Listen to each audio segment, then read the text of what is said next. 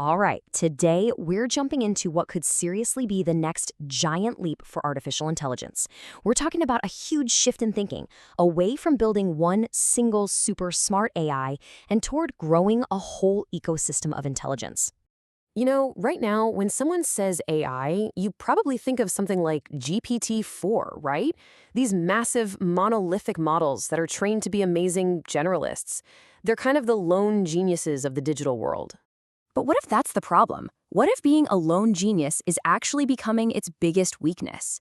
What if the next step isn't just about making AI bigger, but about teaching it how to work together? That's the big question we're digging into. So, to really get where we're going, we've got to first understand the limitations of where we are right now. Let's talk about why these incredibly powerful single AIs are starting to hit a wall. Okay, so what is a monolithic model, really?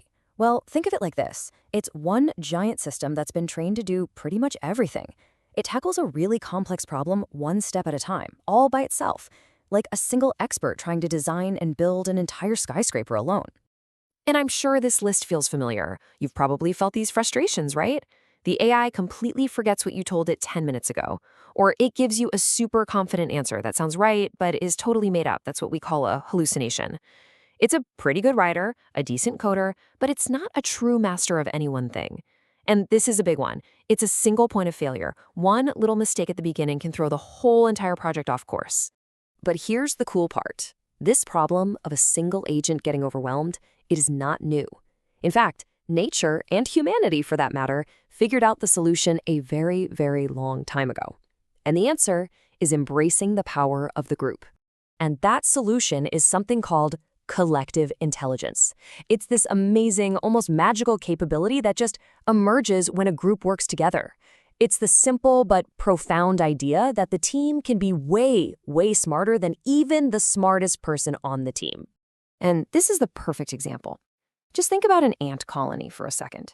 There is no boss ant, no lead architect. Every single ant is just following a few simple rules. But out of all those millions of tiny interactions, these incredibly complex structures and behaviors emerge. The genius isn't in one ant. It's baked into the swarm itself. It's in the interaction. So, how in the world do we take that idea and apply it to AI?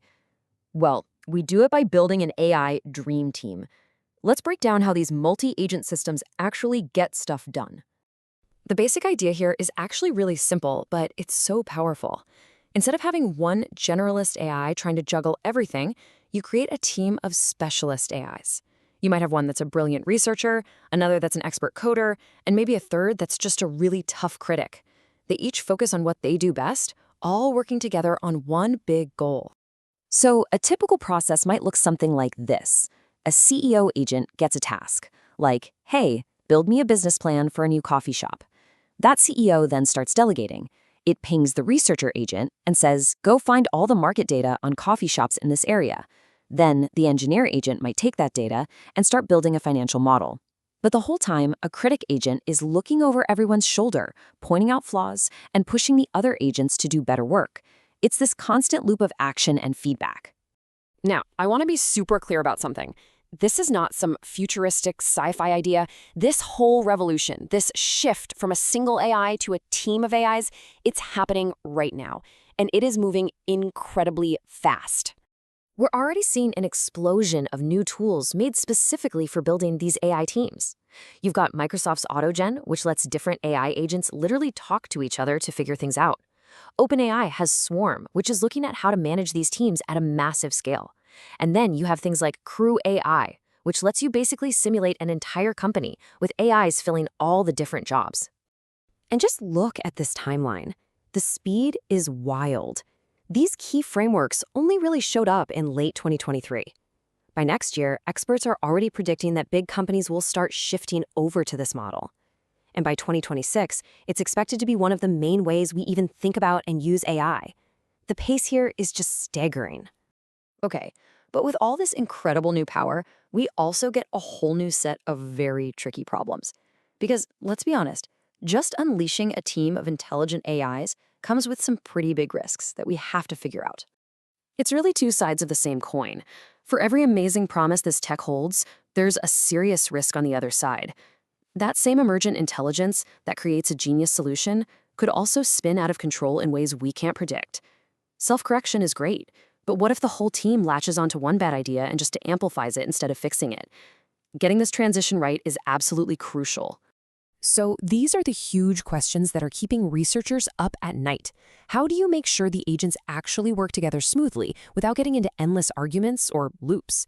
Even more important, how do we make sure the entire team's goal is aligned with what's good for people?